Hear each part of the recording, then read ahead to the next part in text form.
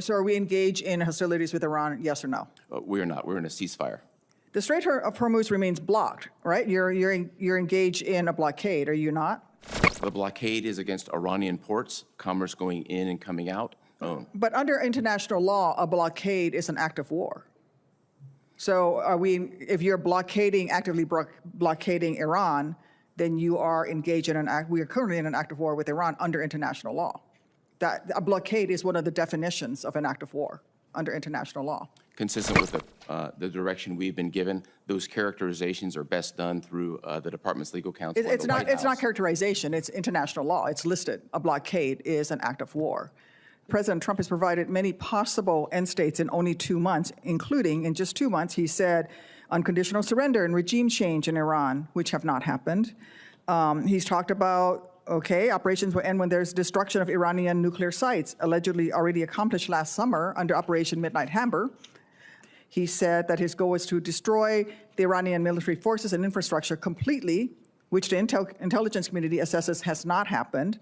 And now he said that it's a reopening of the Strait of Hormuz, which, as a reminder, was open before the war began. So if we don't know what we're fighting for, we certainly don't know how long we'll be fighting. The Senate received a letter from President Trump on Friday, May 1st, stating that hostilities with Iran have ended.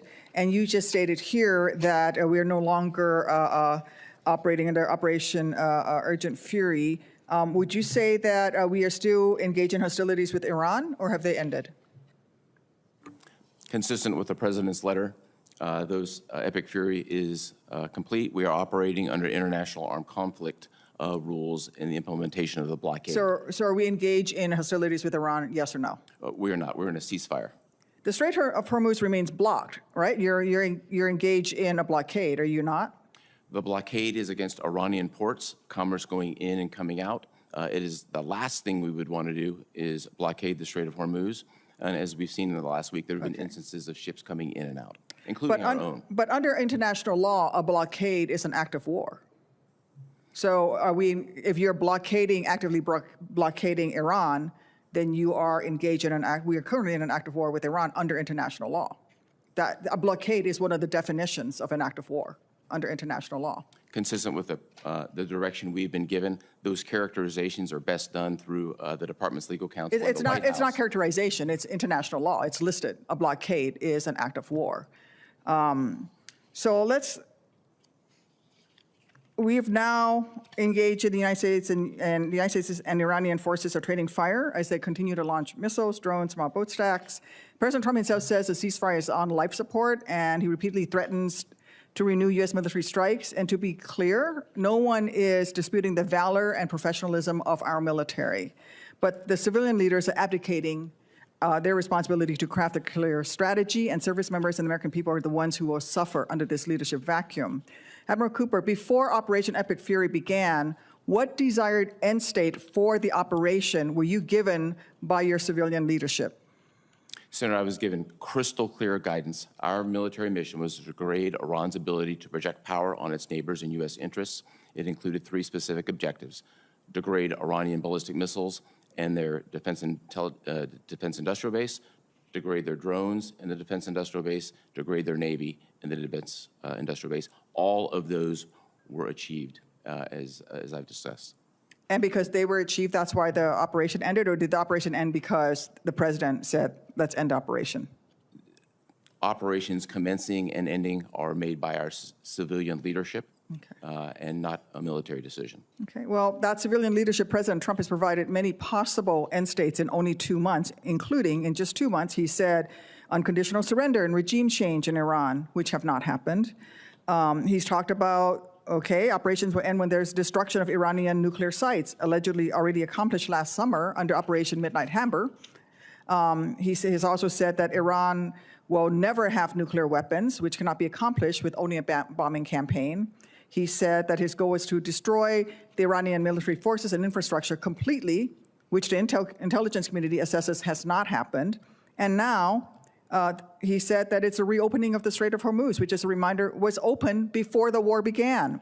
So if we don't know what we're fighting for, we certainly don't know how long we'll be fighting. Admiral Cooper, what have you been given? Have you been given any timeline for how long our forces will be in the Strait of Hormuz or near Iran or blockading Iran, whether by a timeline or a condition, an end state, for how long you'll be blockading Iran? Senator, I think it's important from a military perspective that my advice related to options be provided to both the Secretary and the President. We've done that. The decisions on timeline and execution are up to our civilian leadership. Okay. So you mentioned the Secretary of Defense, who only talks tactics, and a president who changes his strategy on social media multiple times a day. This is who's giving you the orders. Secretary Hegseth has touted the destruction of tens of thousands of targets across Iran. He said that Iran's air defenses are flattened, his words, and its industrial base overwhelmingly destroyed, and claims that Iran's Navy is at the bottom of the sea. Every metric that the Secretary offers is one of destruction, and destruction alone is not an end state, especially not with new public reporting that U.S. intelligence officials believe Iran has operational access to most of its missile capacity, and that Iran is clearly still capable of controlling the Strait of Hormuz.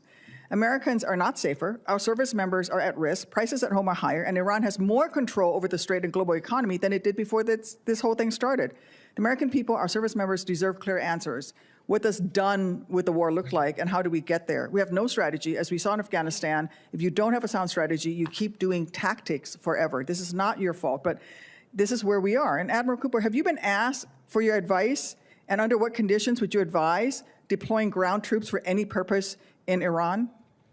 Senator, I think it would be inappropriate to talk about any contingency planning in this particular forum. It's my obligation as a combatant commander to provide a broad range of options through the Secretary and to the President. Can you answer that question for me in the skiff at a later time? I'd be more than happy to talk about anything classified. All right. Yes, The tension between the United States and Iran has reached a dangerous new level after a fiery Senate hearing in Washington exposed deep confusion over whether America is actually at war with Iran. During the hearing, senators repeatedly pressed Admiral Cooper, demanding a simple yes or no answer about ongoing hostilities. The admiral insisted that the United States is currently operating under ceasefire and is not officially engaged in war. However, the situation became controversial when senators pointed out that the U.S. military is actively enforcing a blockade targeting Iranian ports and commercial activity. Under international law, a blockade is widely considered an act of war. This led to a heated exchange in which lawmakers argued that regardless of political language, America is effectively engaged in military conflict with Iran. The debate centered heavily on the Strait of Hormuz, one of the world's most strategically important waterways, through which a major portion of global oil supplies pass every day. While the U.S. military claimed its operations are intended to maintain regional security and limit Iranian aggression, critics argued that the blockade and continuing exchanges of fire have only increased instability across the Middle East. Senators also questioned the purpose and end goals of Operation Epic Fury, the American military campaign aimed at weakening Iran's missile systems, drone capabilities, navy and defense industry. Admiral Cooper stated that these objectives had been achieved successfully, but lawmakers countered that Iran still appears capable of launching missiles, deploying drones, and threatening maritime trade routes. As the hearing intensified, senators accused the White House of lacking a coherent long-term strategy and warned that military actions without a clear political objective could drag the United States into another prolonged conflict in the Middle East. The criticism became even sharper when lawmakers focused on President Trump's shifting statements regarding the conflict. Over just a few months, the administration reportedly presented multiple and sometimes contradictory goals for the operation, including forcing Iran into unconditional surrender, pursuing regime change, destroying nuclear infrastructure, preventing Iran from ever obtaining nuclear weapons, and reopening the Strait of Hormuz. Senators argued that these constantly changing objectives reveal a dangerous lack of clarity at the highest levels of government. They warned that military destruction alone does not equal victory, and compared the current situation to past American conflicts where tactical successes failed to produce lasting stability. Lawmakers also criticized Defense Secretary Pete Hegseth for emphasizing the number of targets destroyed while avoiding clear explanations about what mission accomplished would actually look like. According to reports discussed during the hearing, Iran still maintains significant missile capabilities and continues to pose a threat to regional security despite repeated U.S. strikes. One of the most alarming moments came when senators asked whether the administration was considering the deployment of American ground troops inside Iran. Admiral Cooper declined to answer publicly, stating only that various military options had been provided to civilian leadership in classified discussions. That response immediately fueled speculation that the conflict could escalate further if diplomacy fails. Beyond the military debate, the discussion also highlighted the broader geopolitical consequences of the crisis, including rising oil prices, growing instability in global trade, and increasing fears of a wider regional war involving other Middle Eastern powers. Analysts warned that any prolonged disruption in the Strait of Hormuz could severely impact the global economy and energy markets. In the end, the hearing exposed a government struggling to define exactly what success looks like in its confrontation with Iran. While officials continue to insist that the United States is not officially at war, the combination of military strikes, naval blockades, and ongoing hostilities has left many questioning whether the conflict has already crossed that line.